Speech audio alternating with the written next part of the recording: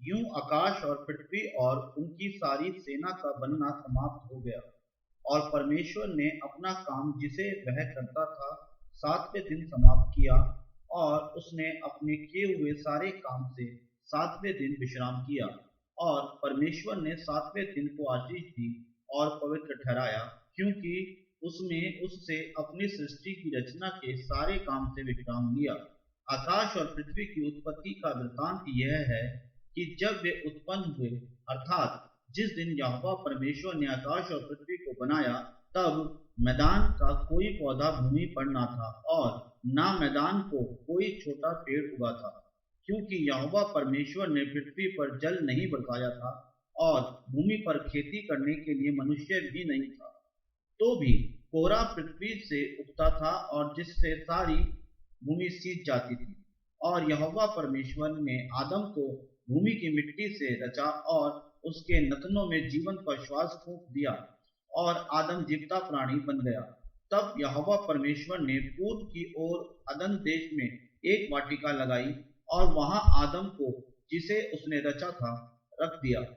और यहोवा परमेश्वर ने भूमि से सब भांति के वृक्ष जो देखने में मनोहर और जिनके फल खाने में अच्छे हैं उगाए और वाटिका के बीच में जीवन के वृक्ष को और भले या बुरे के ज्ञान के वृक्ष को भी लगाया और उस वाटिका को सींचने के लिए एक महानदी अदन से निकली और वहां से आगे बहकर 4 धारा में हो गई। पहली धारा का नाम पिशोन है, यह वही है जो हवीला नाम के सारे देश को जहां सोना मिलता है घेरे हुए है। उस देश का सोना चौखा होता है, वहां मोती और सुलेमानी पत्थर भी मिलते हैं। और दूसरी नदी का नाम गिहोन है, यह वही है जो कुश के सारे देश को घेरे हुए है। और तीसरी नदी का नाम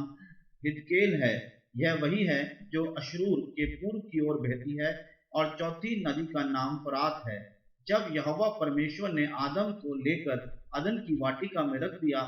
कि वह उसमें काम करे और उसकी रक्षा करे, तब यहोवा परमेश्वर ने आदम को यह आज्ञा दी कि तू वाटिका के सब वृक्षों के फल बिना खटके खा सकता है,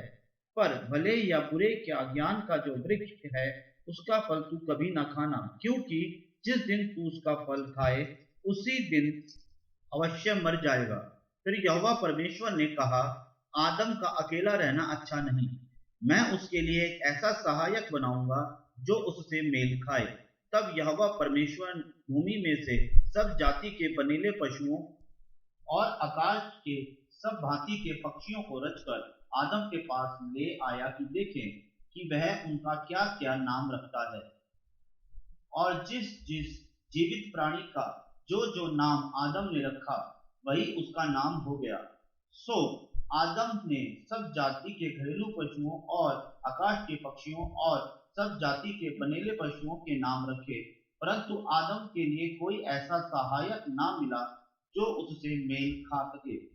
तब यहोवा परमेश्वर ने आदम को भारी नींद में डाल दिया और जब वह सो गया तब उसने उसकी एक पसली निकालकर उसकी संति मांस भर दिया और यहोवा परमेश्वर ने उस पसली को जो उसने आदम में से निकाली थी स्त्री बना दिया और उसको आदम के पास ले आया। और आदम ने कहा, अब यह मेरी हड्डियों में की हड्डी और मेरे मांस में का मांस है, तो इसका नाम नारी होगा, क्योंकि यह नर में से निकाली गई है। इस कारण पुरुष अपने माता पिता को छोड़कर अपनी पत्नी से मिला रहेगा और वे एक ही तन बने रहेंगे। और आदम और उसकी पत्नी दोनों नंगे थे पर लजाते ना थे।